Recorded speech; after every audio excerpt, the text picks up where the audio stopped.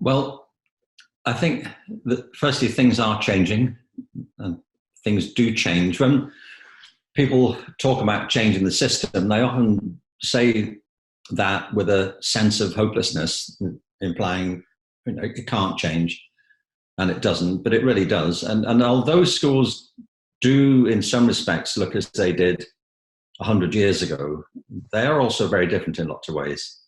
I mean, we've still got rows of desks in many schools and similar sorts of layout. But there have been lots of things going on. I mean, to me, there's a big shift happening at the ground level, and it's being held back or restrained by public policies, which are intent in most countries still on imposing a system of standardization.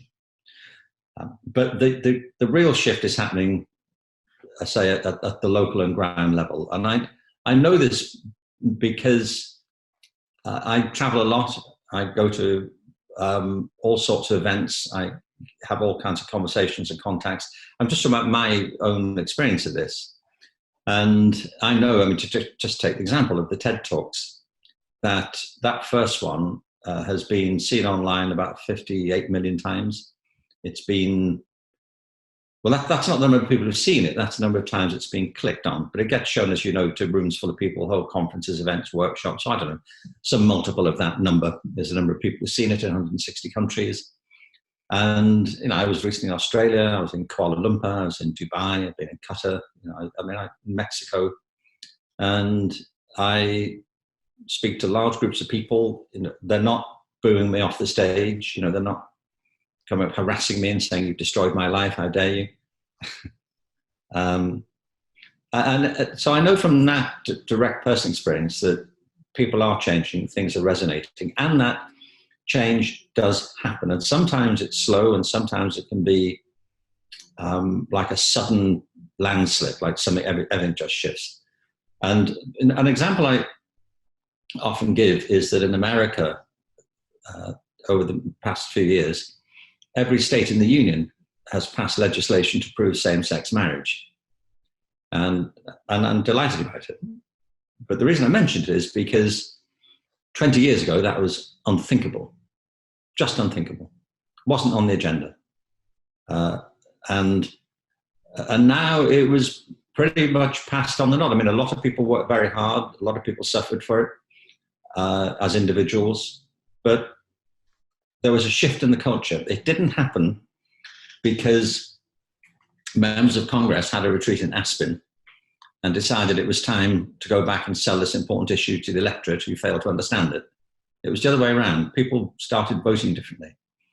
And it's what's been happening with the Green movement. It's been a long time coming, but it's moving. You know, the response that Greta has provoked, she couldn't have done that.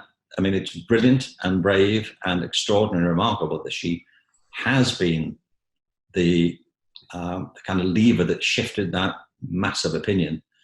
But it was building. And if she'd been a lone voice, she'd still be a lone voice. But she has acted as a focus for a lot of people's anxiety, energy, passion, and vision. And I think that, well, firstly, it's about giving people permission to change, letting them know change is possible, that there are options, and then empowering them, if you can, to do that.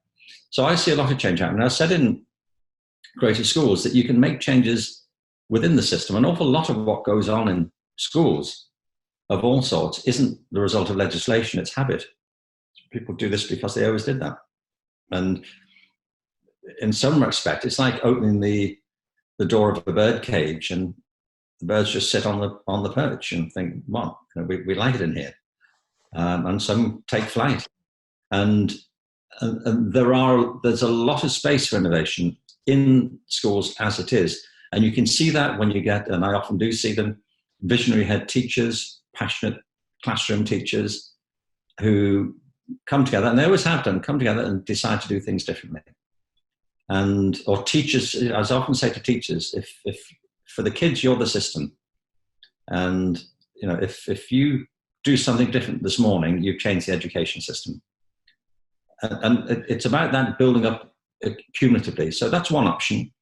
The other option is you make changes to the system. If enough people form a movement for change, the system begins to change, like it has in other areas of the culture. And you have a third option, which is to get out of the system and do something entirely differently, which is what homeschooling and unschooling and worldschooling is about, where parents decide in their own circumstances for their own kids that they want to take control of this themselves, and that there are these bigger changes, but they don't really want to wait for them to happen. Their particular circumstances don't encourage them to think they can make the needed changes within the time frame or within the particular institution they've been involved in. And there's another and a better way, and parents are absolutely entitled to take that choice. I mean, you know that homeschooling is, again, it's a very broad church. It's a very broad concept. It means all kinds of different things. But the heart of it is parents and kids taking control of their own education and deciding what's appropriate and how to put that together. And how it works, it has everything to do with the passion, the circumstances, and also the evolving skill sets of the parents themselves. As you know, it's a very steep learning curve to be homeschooling your own kids, because you have to learn all sorts of things that you didn't know before. And part of it too is shaking free of all the ingrained attitudes you picked up yourself when you were at school about how to do this. So it isn't just that you become teachers in place of the teachers they had. You have to homeschool yourself to do it.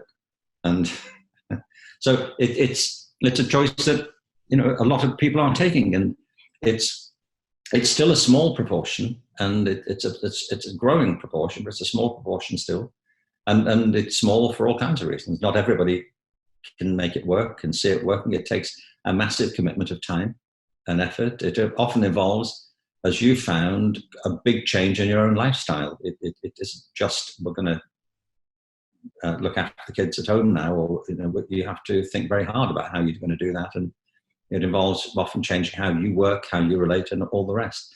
But it's a choice that people are taking. And the good news from that point of view is that when people get outside the system, they can help to not only benefit their own kids, but they can create models and heroes as well for other people in the system, and can influence the system from the outside. And it's what I'm always keen to say, that education is not a fixed system. It's what theorists refer to as a complex adaptive system. It's complex in the sense that it's made up of countless different elements: institutions, individuals, interest groups. In a national education system, you've got every type of specialist, all sorts of kids, all kinds of families, all sorts of institutional interests, political interests, commercial interests. It's very complex. It's complex more than complicated. I mean, a complicated system, so the analogy will go, a simple system is something like a lever, where you can shift a heavier weight by having a fulcrum towards the one end of a rod. And if you pull down on the long end, you get an amplified power at the other end. That's a simple system. A complicated system is made up of lots of simple systems. Like an aeroplane, is a complicated system, but it's not thinking for itself or really changing. But a complex system, like a living system, is evolving as it interacts with itself and the environment. You're a complex system. I don't know you, Daniel, that well, but I'm prepared to bet on it. but human beings are, and human social systems are complex systems. They're full of feeling and relationships and interactions and dynamics, and they change and have emergent features. Things come from them. Like when I did the TED Talk, for example, in 2006, the first one, I was talking about how the world, nobody could predict what the world would look like in 5 years' time. But it's worth remembering that the iPhone didn't come out till the following year. And now here we are. What is it? 13 years later. And most people are behaving as if civilization didn't begin until the iPhone came out, and it's impossible without it. It's changed everything. The smartphones changed everything, the way people work, what we're doing now, everything. But that wasn't around in 2006. We're now on the threshold of the widespread development of artificial machine intelligence. There's no doubt about it that your kids will be looking back at pictures of you 30 years from now with your iPhone, with patronizing smiles. I mean, you look like Austin Powers. They think, really?